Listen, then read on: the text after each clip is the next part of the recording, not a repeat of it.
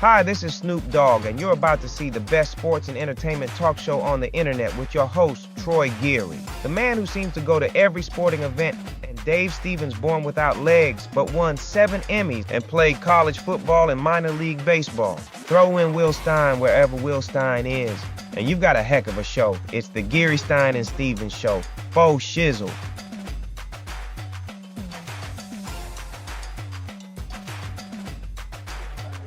You guys getting sick of us today on Radio Row? We have done a lot of shows, and I'm still here at Radio Row now. I got my co-host back with me, Troy Geary, who's fresh off of covering the Eagles and the Chiefs. And I've also got a former team doctor joining us to talk a little medicine and all the things that are going on concussion-wise and things in the league is joining us. First, Troy, how was the press conferences today? Yeah, they were packed, but a lot of good questions, a lot of players excited for this game on Sunday. All right, Dr. Chow, you have been a part of the NFL for a long, long time, former head team doctor with, I believe, the San Diego Chargers. Correct. So how has the league evolved as far as the protection of players now that we know so much more about head and concussions and trauma? I'm old enough. Okay, I'm an orthopedic surgeon. I was the head team physician. And so it's kind of weird that you have a sort of orthopedic surgeon, but as the head team physician, the mandatory concussion conferences and learning started during my time in the NFL. The NFL mandated things at the combines. There were special trips to a symposium with the Defense Department people studying concussions. Concussions were coming into the forefront during my time, and as the head team physician, I was around. Look, I was back in the day when, there was no spotters, there was no sideline video, there was no mandatory sit-outs. And quite honestly, when it all started, a player would, see stars and say, "I'm good," and almost joke about it on the sideline. And we'd say, "No, that's not good. We need to evaluate you." They're kind of like, "What are you talking about?" No, this is how it's always been this way. So it's been a lot of changes over the last couple of decades, where now it's okay to say, "Look, I've got symptoms, or I see stars." Before it was, no, you just roll with it. It was just part of the game of football. I was going to ask you about this game. I know every week you go on Sirius and talk about injuries. So given the break from the Super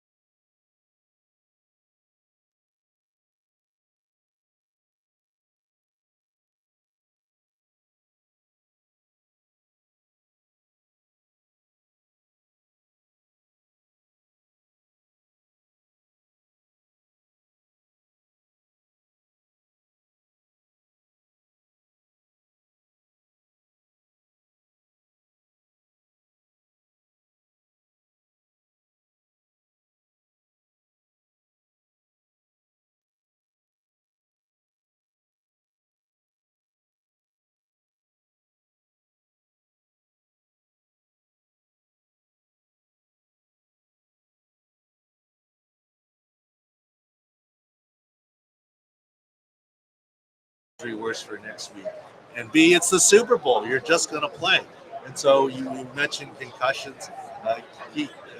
Gainwell has a concussion.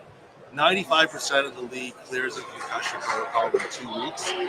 50-50 for 1 week, so the extra week certainly helps him. And since the symptoms and the grading for return, a lot of them are subjective. I hope Gainwell has no symptoms and he clears, but even if he does, he's not likely to admit to them, right? He wants to play in this big game and go from there. So, yes, the extra week helps, but the motivation of any championship game and getting a ring helps as well. Yeah, last night Kenneth Gainwell, because he's in protocol, did not talk to the media. I also want to ask you about an infamous story. I know you're okay to share it, about Philip Rivers. Can you share for the people that don't know that story, how he played through ACL tear? Oh, okay. I was going to say, which Philip Rivers story? There are several Philip Rivers stories. I was like, okay, which one is this? We've had a lot of fun over here. Philip Rivers is awesome. He's lovely. He still texts me now about his high school players and what injuries and how do I get him back. And he's funny. But so if you look at my Twitter profile picture, that Pro Football Doc, ex-profile picture, not profile picture, the header. If you look at it, those in the know of the NFL will recognize the background. I'm actually walking off the field with Philip Rivers after he had torn his ACL. And if you look at the roof you will notice the picture. It was the final game in the RCA dome. If you look at the bubble inside, you'll see on the roof that picture. And that was when he tore his ACL. We walked off. And if you remember, he was very forceful looking at the fans and jawing at them and wagging the finger. And he was getting lambasted for going at the fans. And I can promise you, Philip Rivers never swears. He did not swear there. Fans were swearing at him as I was walking next to him. And all he looked at them very forcefully in a very Philip Rivers head bobbing up and down forceful way is, "Don't you worry, I'll be back. Don't you worry, I'll be back." That's all he said that day. We get in the locker room like, "Philip, you tore your ACL." And I can say this because he's let me wave tip on him. You can't come back to this game. Billy Bullock can finish. He goes, no. Let me try. Put a brace on. So we put a brace on it and let him try. No, I can do this. I said, so I actually had the assistant athletic trainers with me. I go, take a snap under center for me. And he couldn't get down under center. And he finally said, okay, he's not. Then on the way home, he's literally is saying to me, I'm playing in this next game. I'm playing in this next game. I said, well, let's get the MRI and let's see. We'll do everything we can. Because it's the AFC Championship game. I want to play. It's a chance to go to the Super Bowl. We land, we get the MRI, confirm the ACL meniscus tear. He wants to have a modified limited surgery to get him ready to play. I say, why don't you think about this? It's midnight. We'll talk in the morning. So Norv Turner, and I talked the next morning with the athletic trainer. Philip still wants to do the surgery and try and play. Norv Turner says, don't worry, Billy Bullock's got it. He ends up doing the knee scope and playing 6 days later against the Patriots with the brace on. And admittedly, he's a quarterback. And admittedly, he wasn't, I love you, Philip, but he's not the most mobile guy. It's not like he could have been a wide receiver or a running back and done that, or a DB. I mean, he was a pocket quarterback. And so, yeah, he did play in that game. Dr. Chow, I played in the 80s in high school and also played college football. And I just remember in those days, you bang your head. We had a coach who would take his whistle and pop us on the top of the head and hear the ear ringing. But in those days, those players said, hey, just patch me up, shoot me full of something, and let me get back in the game. I mean, how did you deal with those players that said, look, I want to play at all costs? Well, here's the biggest fallacy. The number one question I get asked in the media is, how did you balance your job as a team physician, working for the team and ownership, when they were trying to get forced players back to play? And it was the opposite. In my experience, it was players that were saying, you got to let me play. And the team said, do what you need to do and let's be safe. It was the opposite for me. I've never had management tell me to force a guy back at all. As a matter of fact, the only thing I ever said to management before was, look, my job is to get the best player on our team back and get the 53rd guy on our team healthy so you can cut him and replace him with somebody else. You can't cut somebody who's hurt. So don't tell me when you're about to cut somebody or whatever. I might change my, these are my friends. I'll get everyone ready, and then you make your decision as what you need to do. So I never had any problem with that. But it was an attitude change, because when we started saying, look, we need to do this concussion check, people were like, no, it's football. I'm fine. Don't worry about me. Give me some smelling salts. Let's go. It was a decade-long education to get players to understand that was important. Yeah, we got people coming and taking the tours we ordered, so hopefully we can get them back. But Doctor, I know we got limited time with you, but what is the worst injury you have ever seen? I mean, I'm talking about a Joe Theismann type thing where you said, man, I don't know if I can ever get this guy back in the field. Well, there's two injuries. Okay, in person, I dealt with a dislocated hip. That was pretty significant. And yes, I respect concussions, but it's always been spinal cord injuries that I've been feeling. And in my time, I really didn't try and spine board a lot of kids off, because even though a lot of times it was right to be cautious, that's scary for families and people watching. But the two scariest times that I had were actually when I started doing pro football. The Pittsburgh linebacker, the guttural feel that I had when he lay on that turf with the spinal cord injury. Ryan Shazier. I could barely speak. I knew something was wrong the way that he rolled over and his legs flopped. Ryan Shazier, and thank God he's walking. Everything is great. Okay, he didn't play football, he went second. And the other one was DeMar Hamlin. And during DeMar Hamlin, so you guys know I do this in-game injury stuff. We actually had a meeting in-game when it happened saying, maybe we shouldn't talk about this DeMar Hamlin injury because we don't want to be ambulance chasers. And I decided that if we don't talk about it, who would? So I thought we said a lot of things that night, including if you're going to ever collapse, there's no better place than a football field because there's 27 different medical personnel, unless you're in a hospital.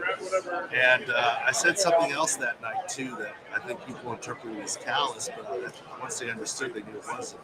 I said, I hope to God that they restart this game because I don't see how they can restart this game without in the background knowing he's okay. All players have now seen people go off on a spine board, and that's scary enough.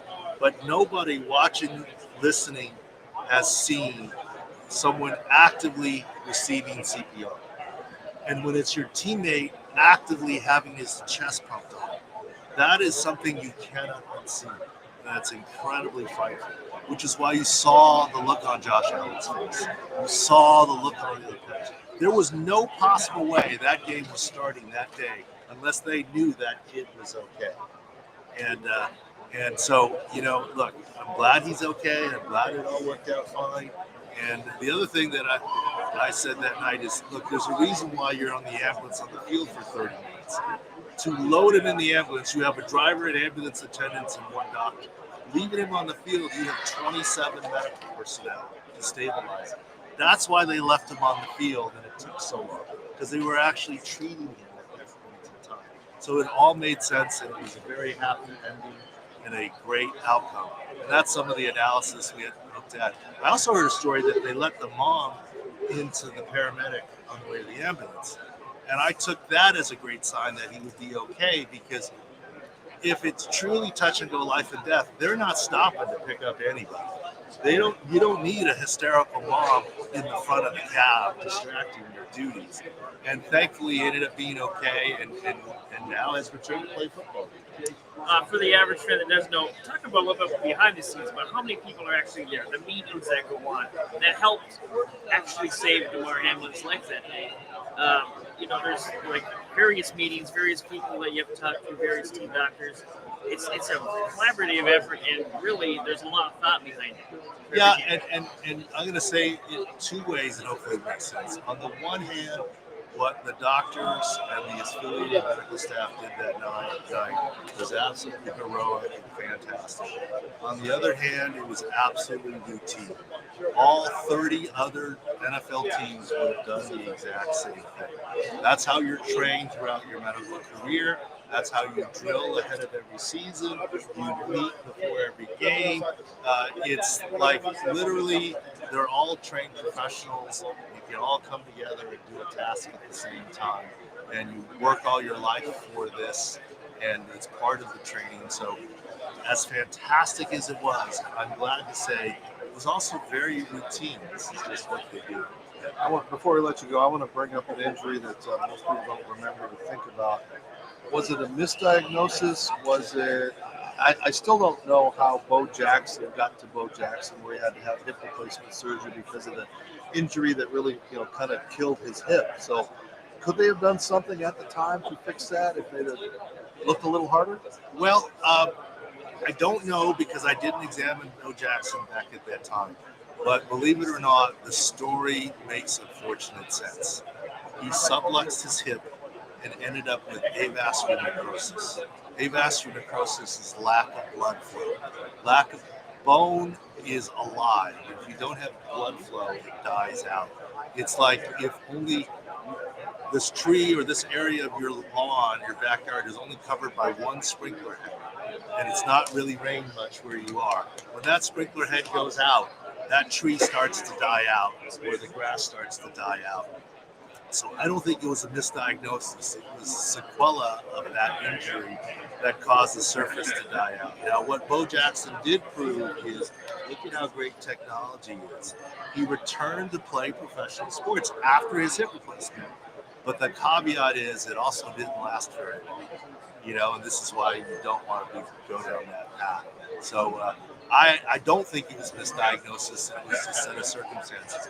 It was the same thing that we talked about at Sports Injury Central related to Tua Tagovailoa. And it does seem Tua's past that, right? It's not that worry. But initially, there was that worry over the next year or two, but he's past that.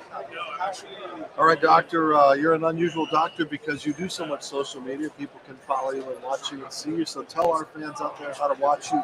Give the updates and the medical information that you do. Through Twitter or X at ProFootballDoc or at SIC-Score, SIC-Score. Sports Injury Central is at SICScore.com.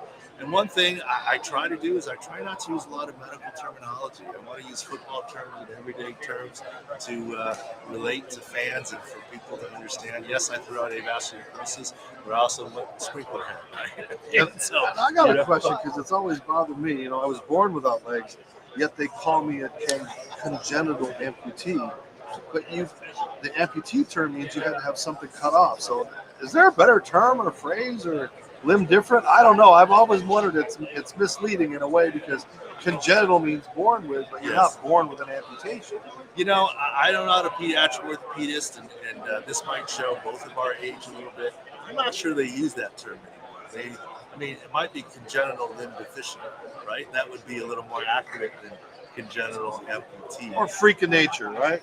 Freak of nature. Okay, freak of nature. We like that. I like that. Freak of nature. Well, there's all sorts of things. Since the Chiefs are in the Super Bowl, I'll ask this question. Maybe you guys. The Chiefs are in the AFC West. I used to ask this question all the time. We went there every year. So Kansas City is in what state? Missouri. And it's called Kansas City because it's next to Kansas on the border. But you cross the river, and we've stayed there before, in Kansas City on the Kansas side. Why is it called Kansas City, Kansas, not Missouri City, Kansas?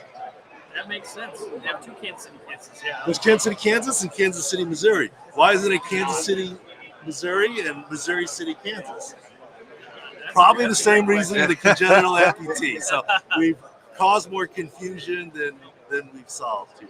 All right, doctor, before you go, you're wearing red, so are you rooting for the Chiefs, given it's an old AFC? Oh, it's red as in blood and Sports Injury Central. Okay. But my 12-year-old son, what little boy is not a Patrick Mahomes fan? So he's been a Patrick Mahomes fan for years. I took him to the Super Bowl in Arizona against the Eagles, right? Because he wanted to go, see Patrick Mahomes, and it was close. So he flew out unaccompanied minor. I took him. He had to buy tickets, and he was so excited when they won. And this time, thankfully, he goes, "Yeah, this Super Bowl's boring. They've played each other before." And I'm like, and I didn't correct him why that's not the case. I just went with, "Thank you. Just saved me $5,000 a ticket." Yes. Thank you. Yes, no problem, son. I'll fly home and we'll watch the game together. There you go. Troy learned that hard lesson yesterday by accidentally touching an app, and he had to buy 2 Super Bowl tickets. Yeah, I was going to go anyways, but, it happens, right? Doctor, God bless you, and thank you for spending a little time with us and giving us some insight. And I do appreciate the league has made good changes, and they're changing the way that we see this game. And hopefully, years down the road, there are even more safety things and protocols that are put in place as these athletes get bigger, faster, stronger. Those collisions are a lot bigger, faster, stronger. Well, and I've never been interviewed by a freak of nature before. There you go. All right. Thanks for joining us here on Radio Row. Geary, Stan, and Stevens. It's good to have Troy back. We're going to come back in a little bit. You never know who's going to walk by. We could have a doctor. We could have a cute nurse. You never know what's going to happen here on the Geary, Stein, and Stevens show. Stay with us.